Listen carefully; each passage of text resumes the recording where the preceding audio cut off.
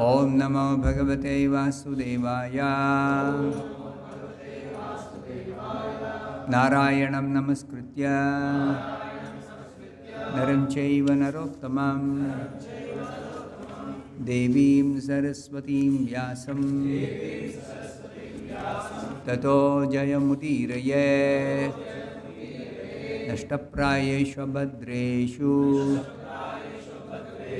Nityam Bhagavata Sevaya Bhagavati Uttama Shloke Bhaktir Bhavati Naishtiki. Reading from Srimad Bhagavatam, Canto 2, Chapter 9, answers by citing the Lord's version. Text number 33. Aham evāsam evāgre nānyad sad-asat param paścād aham etac yo vaśiṣyeta sosmyaham aham, I, the personality of Godhead. Eva, certainly. Evāsam, existed. Eva, only. Agre, before the creation. Na, never. Nānyad, anything else. Yet, all those. Sat, the effect. Asat, the cause. Param, the supreme. Paścād, at the end. Aham, I, the personality of Godhead. Yet, all these. Etac, creation. Cha, also. Yaha, everything. Vaśiṣyeta, remains. Saha, that. Asmi, I am. The personality, ahaṁ, I, the personality of Godhead. Translation and purport by His Divine Grace A.C. Bhaktivedanta Swami Prabhupada.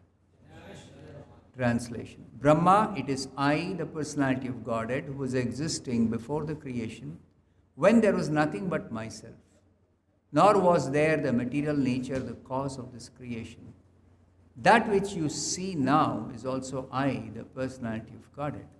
And after annihilation, what remains will also be I, the personality of Godhead. Please repeat this translation after me.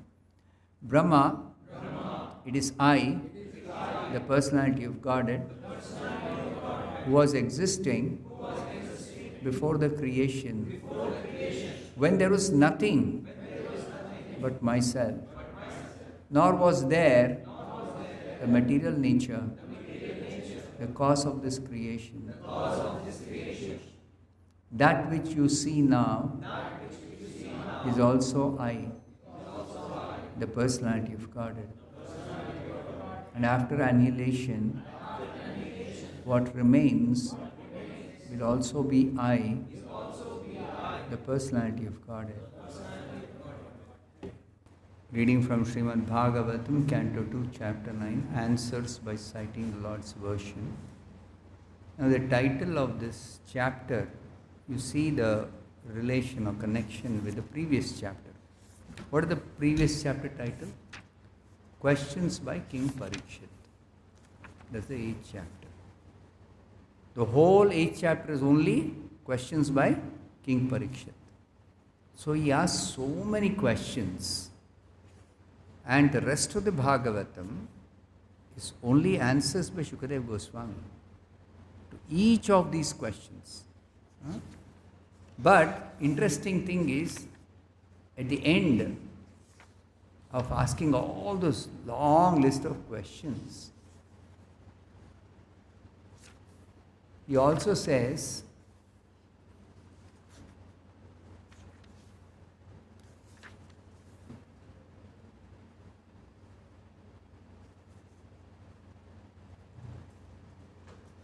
This is interesting.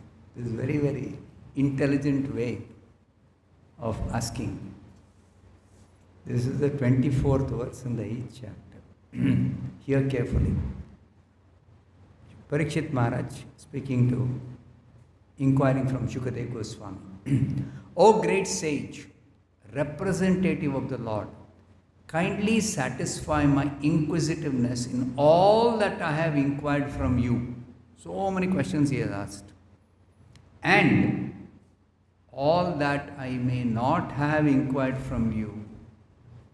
So क्या बचा है बाकी? हाँ, पूछने के लिए कुछ बचा नहीं है. All that I have inquired from you is, you please reply. And also, all that I may not have inquired from you from the very beginning of my questionings.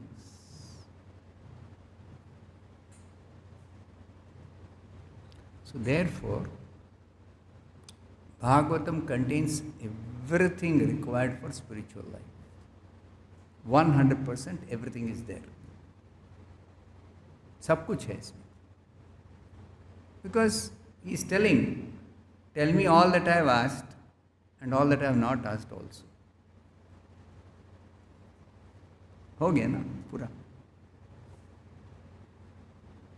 So that is interesting about this 8th chapter. It's questions by King Parikshit. Now 9th chapter, the title is Answers by Citing the Lord's Version.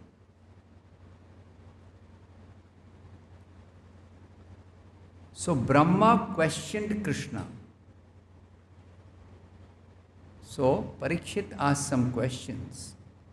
Shukadeva Goswami is telling, the way you asked questions, some of your questions.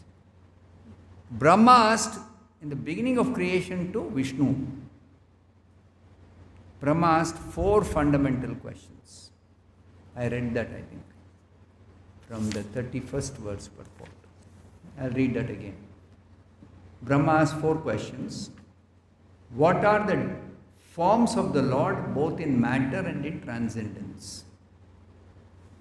Second question, how are the different energies of the Lord working? Third question, how does the Lord play with his different energies? Krishna is always engaged in pastimes. So in his pastimes, how does he play with the different energies? Fourth question, how may Brahmā be instructed to discharge the duty entrusted to him? So 4 questions, 4 answers, 4 verses. 33, 34, 35, 36. This is called Chaturshloki Bhagavata. 4 verses, the essence of Bhagavatam is there in these 4 verses. And this is also the Bhagavatam that was spoken by Vishnu to Brahmā at the beginning of creation. So Brahmā heard the Bhagavatam from Vishnu in 4 verses. 4 श्लोक में खत्म भागवत का प्रवचन. And Brahmā expanded. You want me to wear this?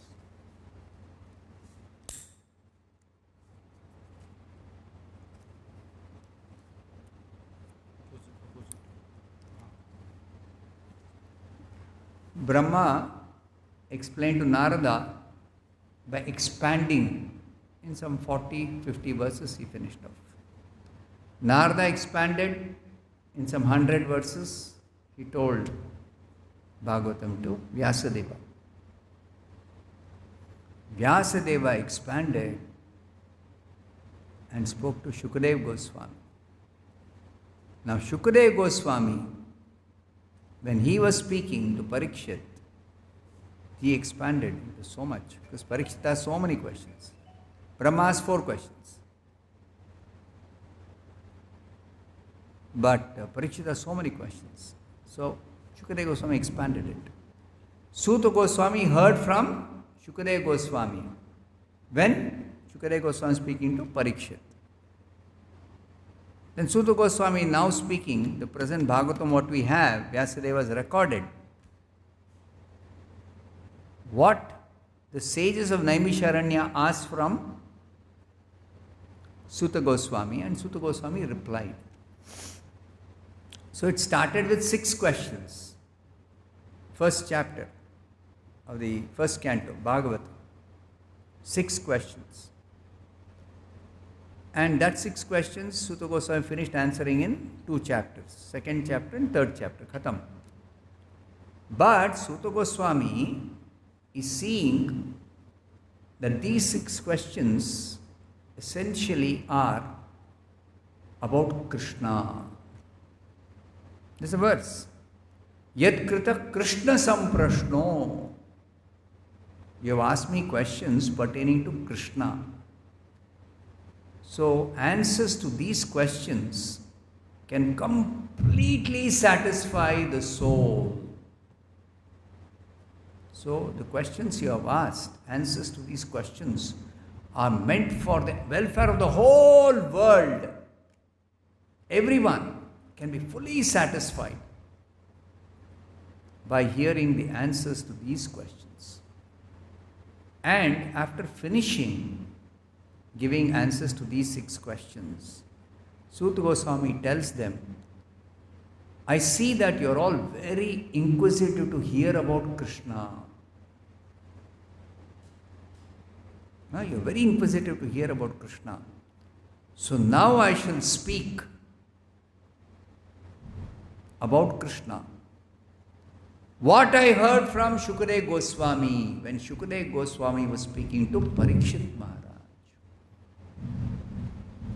So immediately, in the 4th chapter, first canto, Bhagavatam, the leader of all those, there were 80,000 sages assembled. 80,000 Rishi Muni, they had assembled for a sacrifice, yajna. But their interest was not that fire sacrifice. They said this fire sacrifice is not very effective because no qualified Brahmanas to properly chant mantras. Okay? So they said, we want to hear about whom? About what? We want to hear about Krishna. So they sat and heard about Krishna. That is the yajna. This is called Sankirtan yajna. Like you are all sitting and hearing about Krishna from the Bhagavatam. This is called Sankirtan yajna.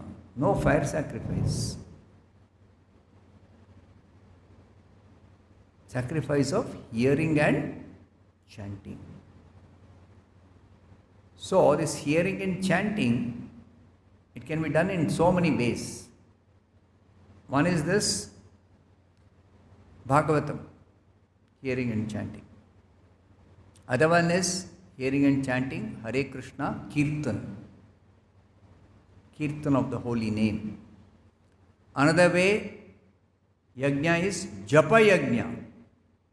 Krishna says in Bhagavad Gita, Yajnanam Japa yajñosmi, 10th chapter. Among all sacrifices, I am the sacrifice of chanting the holy name in the form of japa. So japa is also yajna. Sankirtan yajna is in the form of kirtan of the holy name, in the form of inquiring about Krishna, especially the Bhagavatam, and hearing about Krishna. So, Brahma's first question, what are the forms of the Lord in matter and in transcendence? The answer is the 33rd verse. So I'll just read the verse and then we'll discuss the purport, because the previous class I couldn't discuss the purport fully. So the verse is aham, evāsam, evāgre, nānyad, yat, sad-asat, param, paścād aham yad etac, yo vaśiṣyeta sosmyaham. The Lord is addressing Brahmā. It is I, the personality of Godhead, who was existing before the creation. when there was nothing but myself, nor was there the material nature, the cause of this creation. That which you see now is also I, the personality of Godhead. And after annihilation, what remains will also be I, the personality of Godhead. That means in this material world, there is creation, maintenance and destruction. Before the creation, what existed is only the Lord. During the maintenance, the Lord remains. And after destruction of this entire world, the Lord remains as the Lord, as He is. Whereas this material energy is always there. Material energy before creation is simply energy lying dormant, inactive energy, material energy. Creation, something happens, material energy transforms into 24 elements. Then 24 elements are combined, whole variety in this material world, all the varieties. Two kinds of varieties. All these material objects, earth, water, fire, air, sky. That material objects made of the Panchabhuta, that also two kinds. What are they? Earth element is there. We know earth in the form of clay, sand, stone, metals. Correct? Earth element. Then there is this material body, gross body, animals, birds, human beings. Devatas don't have gross body. They don't have Panchabhuta Sharira. They only have subtle body, Sukshma Sharira, made of mind, intelligence and ego, ahankar, manas, buddhi, ahankar. That is also matter, material. But that is subtle matter, सूक्ष्म शरीर. सूक्ष्म शरीर देख नहीं सकते हैं, सुन नहीं सकते हैं, उसका सुगंध नहीं है, उसका टेस्ट नहीं है, no sense of touch. That is manas, buddhi, ahankar. So, this Panchabhut is there as this table, earth, water, fire, air, sky, Panchabhut hai. Combination, all these different bodies, gross bodies, combination, gross bodies. Then the subtle elements, three elements, manas, buddhi, ahankar, only in the form of subtle body of all the living entities. उनका जो सूक्ष्म शरीर है, जितने भी जीव जंतु हैं, created beings, that is their subtle body is manas, buddhi, ahankar. And this is entirety of material energy in the after creation. A maintenance is going on. This whole universe or material planets remain for some time, lifetime of Brahmā.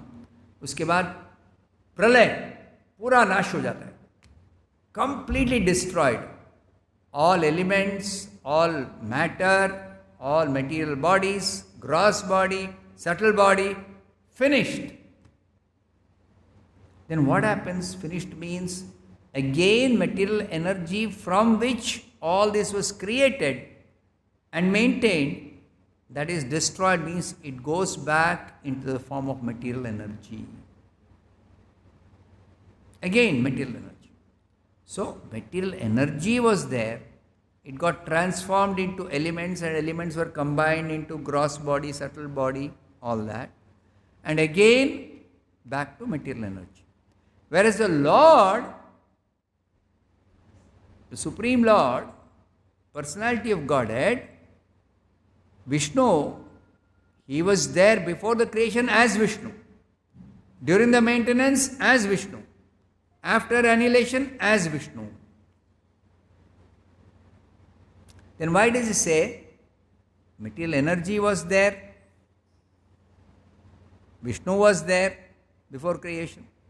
During maintenance, material energy is there, not as material energy, but as matter, Panchabhut, Manas, Buddhi, Ahankar, all the bodies. And then material energy remains even after destruction. So Vishnu is there, material energy is there. But why Vishnu says, I was only existing, nothing else was there? Because that material energy belongs to Vishnu. When Vishnu says I, it means the person with his energy. Two kinds of energy in this material world, Vishnuka. Which are the two energies? One is material energy, from which the bodies are made. Then there is the spirit soul, Atma, living entities, all the living entities. Bhagavad Gita 7th chapter, Krishna says two energies, apara prakriti, para prakriti. Inferior energy, superior energy. So that inferior energy is matter, material energy. Superior energy is Jivatma.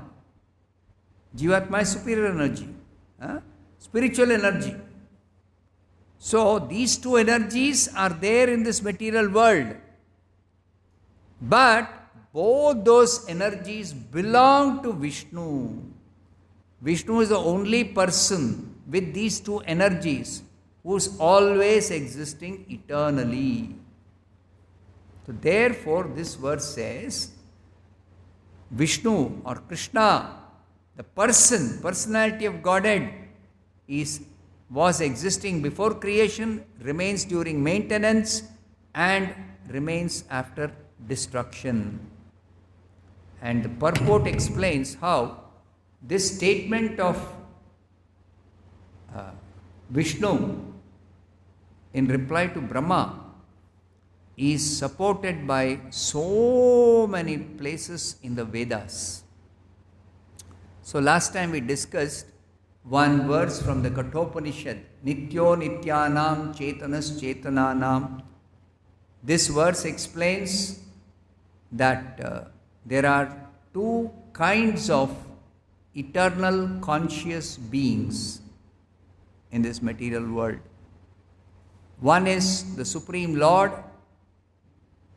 who is Nitya, Chetana, and there are many living entities who are also Nitya and Chetana. But even though both are similar in quality, both are eternal, living entity and Vishnu, both are eternal, both are conscious persons, but the one Supreme Lord, Vishnu, Eko Bahunam Yo Vidadhati Kaman. That one Supreme Lord Vishnu is the maintainer of all the other living entities. So all other living entities are maintained, Vishnu is the maintainer. All other living entities are dependent, Vishnu is independent. All other living entities have desires to be fulfilled, Vishnu is the one who fulfills all their desires. So like this, there is similarity and difference between the living entities and God, Vishnu. Similarity is both are eternal and conscious persons. Difference is Vishnu is the only maintainer, all others are maintained. Vishnu is independent, all others are dependent. Vishnu fulfills their desires, everyone is dependent on Vishnu for fulfillment of their desires. So this difference we should note. It is there in the Upanishads. Okay. Then one more point is that nobody can deny the personality of the Supreme Lord, Vishnu, and the personality of Brahmā. But both are persons, spiritual beings, but the Lord is, the Supreme Lord is the predominator, He is the master, He is the controller. And Brahmā and all the other living entities and the material energy is controlled. Controlled by whom? Controlled only by Vishnu and nobody else. Vishnu is the only controller. And the living entities are controlled, material energy is controlled, everyone and everything is controlled by Vishnu only.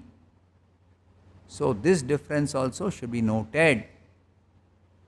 Then again, material energy doesn't have personality. Material energy, no personality, no personal characteristic. Whereas spiritual energy, living entity, energy, but spiritual energy means person. Person. And person means conscious being. Conscious being means has got senses, has got desires, can do activity, has got a name, has got a form, has got paraphernalia, has got relationship. All these are pertaining to person. Whereas matter, no personality. No personality. So matter is matter, that's all. Whether in the form of elements or in the form of material energy before the creation, or in the form of these bodies, gross body, subtle body, matter is always matter. But this matter, this material body, gross body or subtle body, when the spirit soul is inside this body looks like living body. We make a difference, no? Living body, dead body. We see difference, no?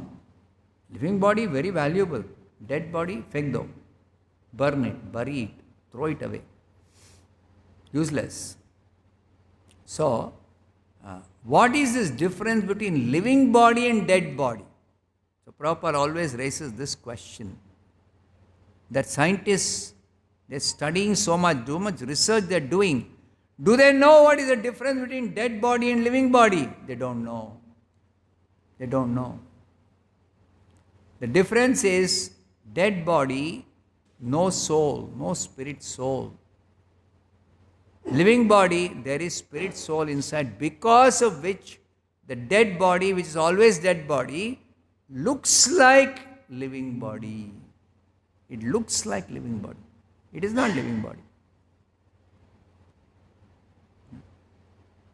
So it will living body only as long as the spirit soul is inside the body. So this is all explained in the Bhagavad Gita, in the Upanishads, in the Bhagavatam, in the Vedic scriptures, this is all explained. Baki jitne bhi subjects hain, physics, chemistry, mathematics, they cannot explain what is living body, what is dead body, what is the difference between living body, dead body. They cannot explain. They don't even know. None of the other subjects, even philosophy also, which is not Vedic philosophy, they also don't know what is spirit. They have no understanding of spirit. Because we cannot see spirit, we cannot touch, we cannot smell. With these senses we cannot perceive. We cannot conceive in the mind. We cannot ascertain with intelligence. We cannot lord over by ego.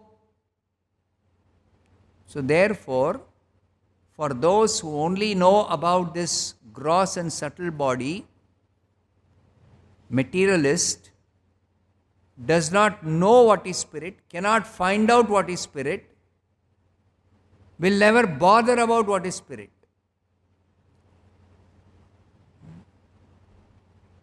So they are in ignorance, they remain in ignorance, they will always be in ignorance. And for a human being to be in ignorance about spirit soul, spiritual subject matter, is actually like an animal. Like an animal. Animal cannot understand what is spirit. Animal cannot understand Bhagavad Gita. Once Prabhupada, in the early days, he started one center in one shop. Storefront. It's called storefront in America those days. Even now it's called that. It is nothing but a shop. Open to the road. It's not a shop inside like a mall. It's not like a mall shop. It is a shop on the road. Directly you enter the shop from the road. So such a shop Prabhupada started. International Society for Krishna Consciousness. And he used to hold 3 days a week in the beginning Bhagavad Gita class. So some people would attend. So some new people would come when they came to know about this Bhagavad Gita classes being conducted by Swamiji in that storefront. So one day, one hippie type of person, he came in with a dog. Pet dog. He came in with that. So Swamiji looked, said, you can come in, but your dog has to be outside. So he went out, chained that dog to some electric pole, light pole, and came inside, sat down. So Prabhupada gave a discourse, Bhagavad Gita discourse, and any questions? This hippie who was come with the dog and he chained the dog outside. He said, I have a question. Yes, what is the question? Swamiji, you don't like dogs? You hate dogs? Prabhupada said, what? I don't hate dogs. I don't hate dogs. I have no hatred for anybody. Why didn't you allow the dog to come inside? So Prabhupada said, I am speaking about Bhagavad Gita. You can understand Bhagavad Gita. Dog cannot understand Bhagavad Gita. Now this seems like, not so important, But actually it is a very, very important thing to understand. Dog also is spirit soul. We are also, human beings are also spirit soul. Dog also has got a gross body, subtle body, senses, mind, intelligence. We also have gross body, subtle body, senses, mind, intelligence, everything we have. We have ego. Dog also has ego. But a human being has got developed consciousness to understand who am I, who is God, what is this world, can understand spirit. Dog, animals, birds, all lower creatures cannot understand. They don't have the developed consciousness. They can only understand how to eat, how to sleep, how to reproduce, how to defend. That's all. 4 activities, 4 things, finished. Nothing more than that is possible for all creatures except human being. Human being has got a 5th activity. Dharma, religion, translated as religion by Prabhupada. Dharma means can inquire, fundamental inquiry. Why am I forced to suffer? I don't want suffering. How can I become free from all suffering? How can I get eternal happiness? How can I always be happy? So that is possible only for human form. Therefore, in the human form, our only business is spiritual inquiry, hearing about spiritual subject matter, like the sages of Naimisharanya are sitting and hearing, like Parikshit is sitting and hearing, like you are all sitting and hearing. This is our only business in human form of life. Then what about our maintenance? Every day we have to earn some money, we have to buy some food, we have to prepare some food, we have to eat. That is taken care of by Krishna for the human being specially. Not only human beings, Krishna is providing for all creatures. Do the birds, they have some means of earning money? Do they have kitchen? Do they have to cook? Any other creature, do they have to do anything? Nothing. It's provided. So Prabhupada says, for human beings also, everything is provided, including food, clothing, shelter, everything is provided.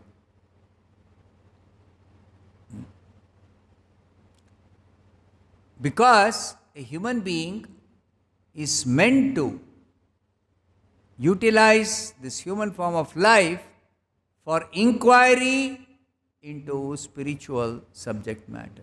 Athato Brahma Jignasa. That is what a human being is meant for.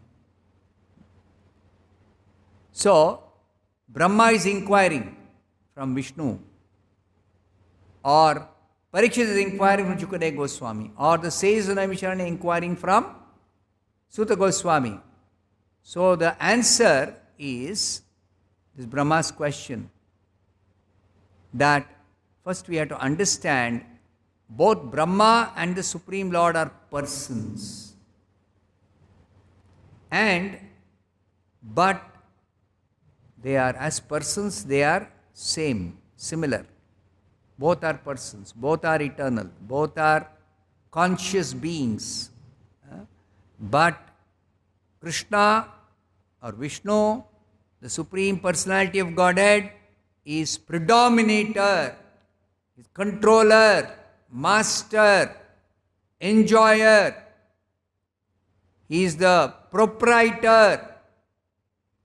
And the living entities, the Jivatmas, Brahma, all the created beings, they are all controlled. They are enjoyed. They are predominated. So like that, this difference is very, very important to understand, because the Mayavadis, they understand both are spiritual. Absolute truth is spiritual. I am spiritual. Every living being is spiritual. That they understand. They also understand we are all spiritual, eternal beings, eternal entities. Absolute truth also eternal. But they don't know the difference. They say no difference. Both are equal in all respects. Therefore they say, I am God. Everyone is God.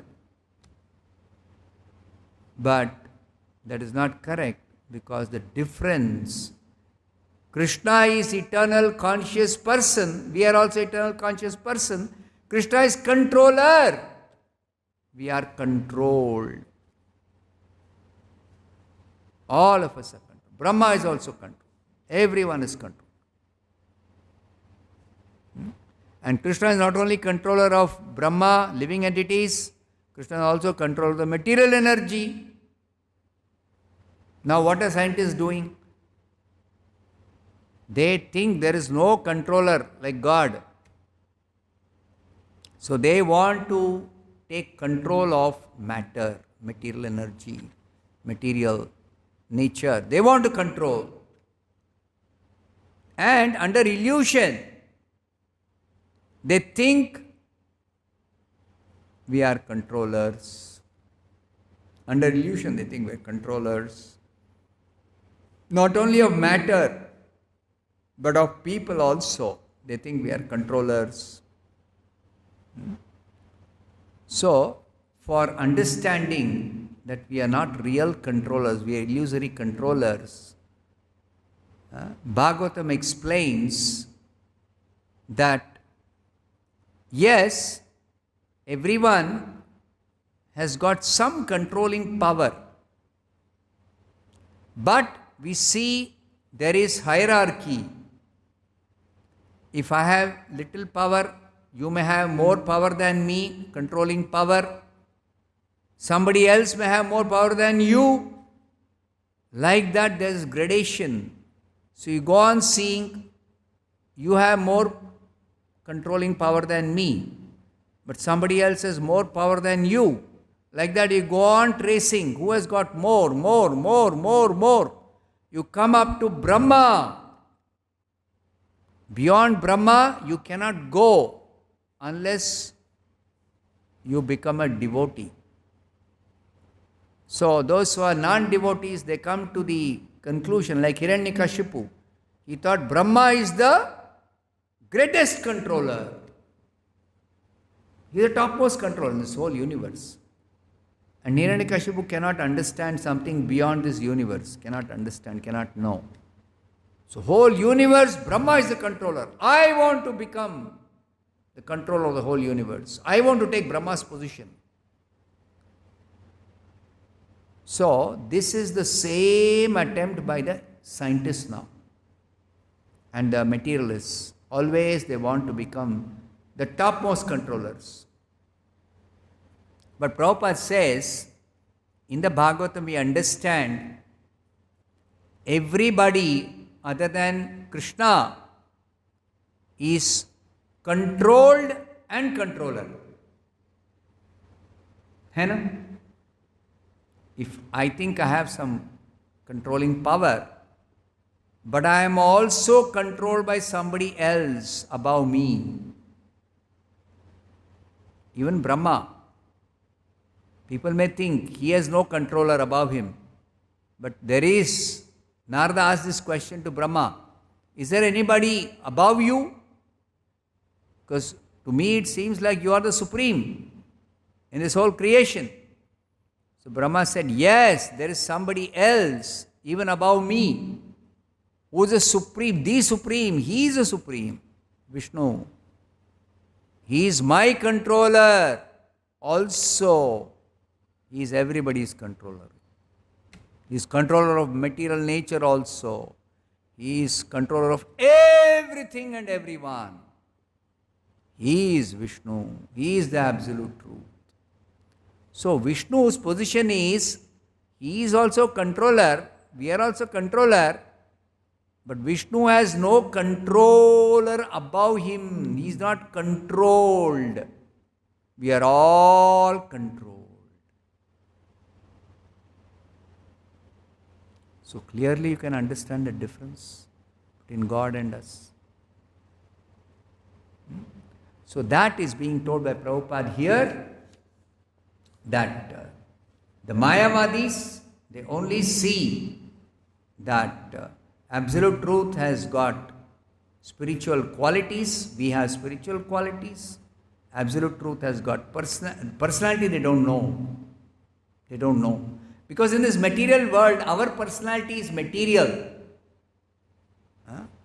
What do we know about our personality? Only in terms of this gross and subtle body. That's all we know.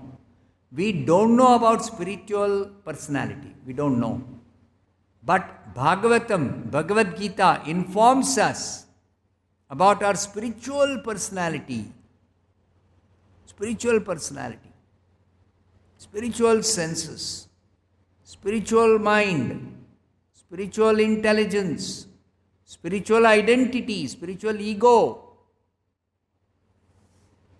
And spiritual desires.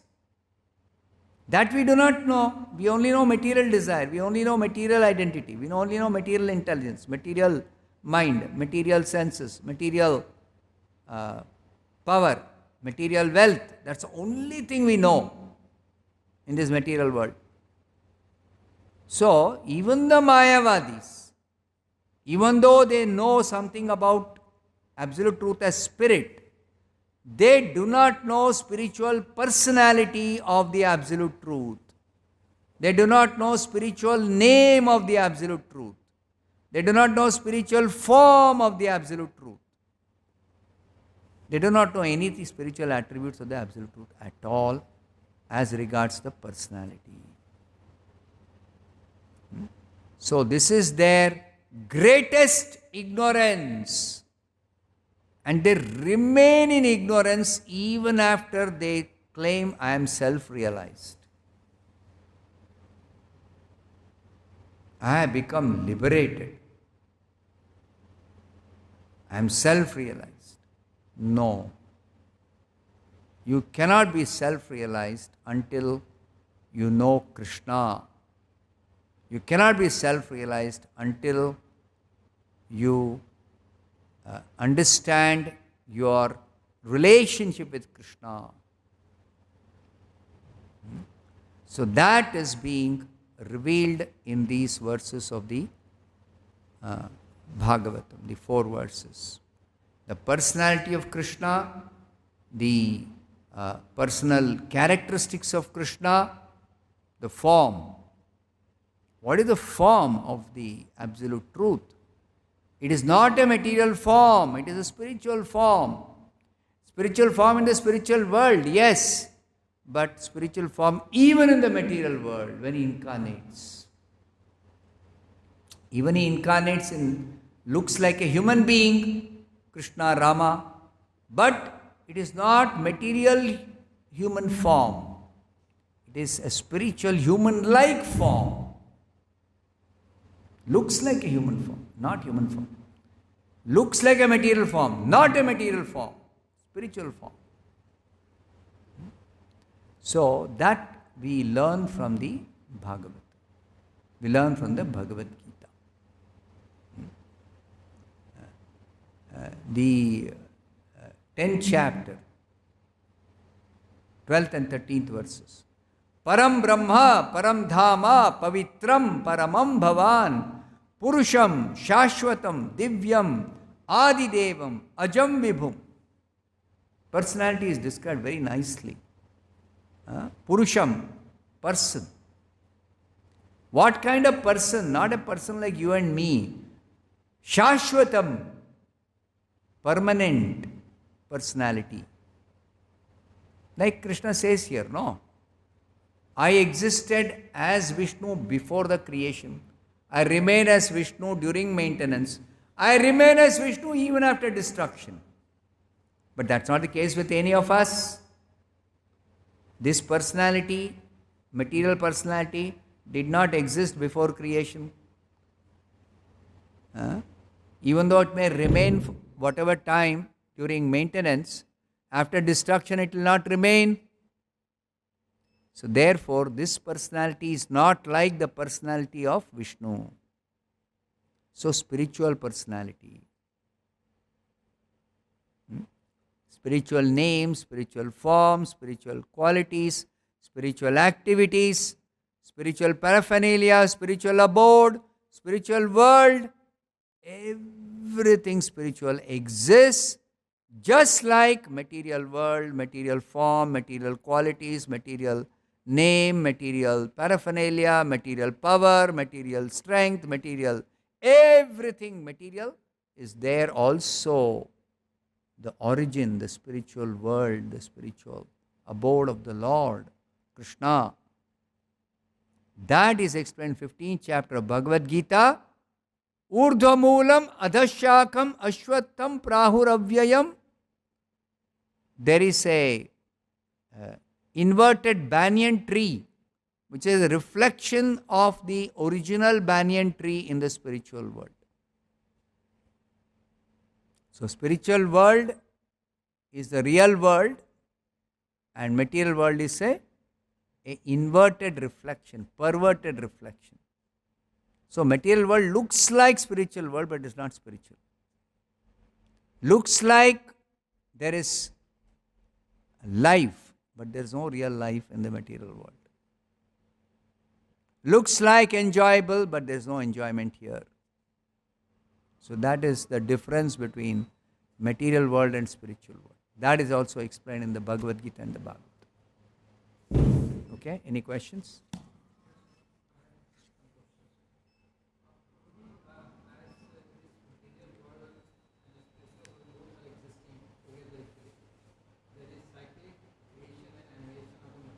But spiritual world, no annihilation, no creation. Yes, yes, yes.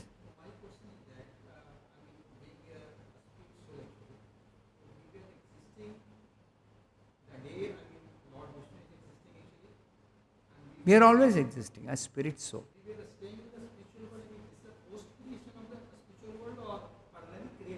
No, as spirit soul, you are always in the spiritual world. But in the spiritual world, when you go into forgetfulness of Krishna, that is when your material existence begins. Just like night, you go to sleep. Any one of us, we go to sleep. Then, during the sleep, temporarily, we are not in this world which we know, which when we are awake. We are not in this world. We are in another world. What is that world called? Dream world. But that dream world is for a short duration. It is existence in the dream world is just a temporary existence which is not actually existing in this other world in which we are awake. जागृत अवस्था, स्वप्न अवस्था, स्वप्न अवस्था में जो अस्तित्व है, that existence is there, that is not there in the जागृत अवस्था. Like that, here even in the जागृत अवस्था or स्वप्न अवस्था, whichever अवस्था, this world or this existence is not there in the spiritual world. Just like we wake up and we say, oh, it was just a dream. It is not of any consequence. Uska kuch matlab nahi hai. In the dream somebody earned lot of money. No use. It was just illusion. Similarly, in this material world, you earn lot of money. But when you wake up to reality, no use. It is not there. It doesn't have any meaning. So, waking up to the spiritual reality is the process of Krishna consciousness, spiritual life. So, when you wake up, then you understand this material body is simply one temporary covering. This is not me, this is not my body. This is simply one covering, material covering. Even the mind, another material covering. Intelligence, another material covering. The whole material world is like the dream world. It simply exists for little time as long as you are dreaming. Same way, this whole material existence is there as long as we are in material existence. But when we wake up, we come out of forgetfulness of Krishna. When we become Krishna conscious, immediately the dream is finished. Person is dreaming. In the dream so many things are happening. So you wake up the person, finished, it's a dream, that's all, over. Nothing remains. Same way, when we become spiritually awakened, we become Krishna conscious, there is no material world, only spiritual world. So, does it mean before the destruction of this material world, if I become Krishna conscious, so does it mean for me, this material world will not exist? What do you think? It exists the way it exists for Vishnu, who is always awake. Just like when let's say in your house, you are sleeping next to your son is dreaming, but you are awake. So, the son is dreaming and is experiencing a dream. So when he shouts in the dream, "Tiger, tiger, please save me," you know what is happening. He knows what is happening. In one way, you also know what's happening. For both of you, tiger is there. But where? In the dream. So you know dream tiger is no meaning at all. So he'll say, "Wake up, there's no tiger, wake up." So if he gets up, what will he say? In the dream the tiger was there. Now, Wake will say, "No tiger." But as long as, okay, and with this I'll end. As long as he was dreaming, both for you and him, the dream there was a tiger. Correct? He is not imagining that there is some tiger when there is no tiger. It is actually there. Similarly, material world exists, but the way it exists for Vishnu or for a pure devotee who is Krishna conscious is different. The way it exists for the materialistic persons who are dreaming, who are in spiritual forgetfulness, it is different. What is the difference? In spiritual forgetfulness, we think everything is meant for my enjoyment. I am the proprietor. Meant for my enjoyment.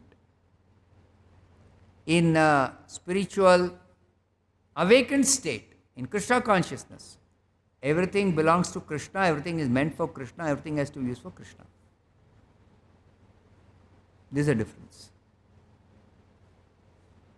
It's not that this table will stop to exist when I become Krishna conscious, before destruction. After destruction, table is finished, my body is finished, the whole universe is finished. Doesn't exist. But before destruction, universe is there, table is there, my body is there, I am there. Vishnu is there. But if I am Krishna conscious, this table is not meant for my enjoyment. It doesn't belong to me. It only belongs to Krishna. It is meant for being used in Krishna's service. And when I use in Krishna's service, everything is perfect. The same table in our spiritual forgetfulness of Krishna, we think it belongs to me, it's meant for my enjoyment. And then what happens? I try to enjoy, I get the opposite result. I only suffer.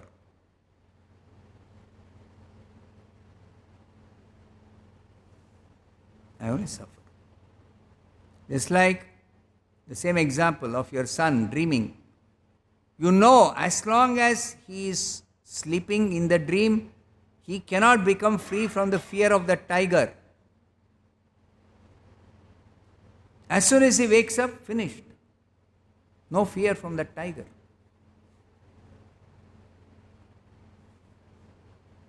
No fear from the tiger.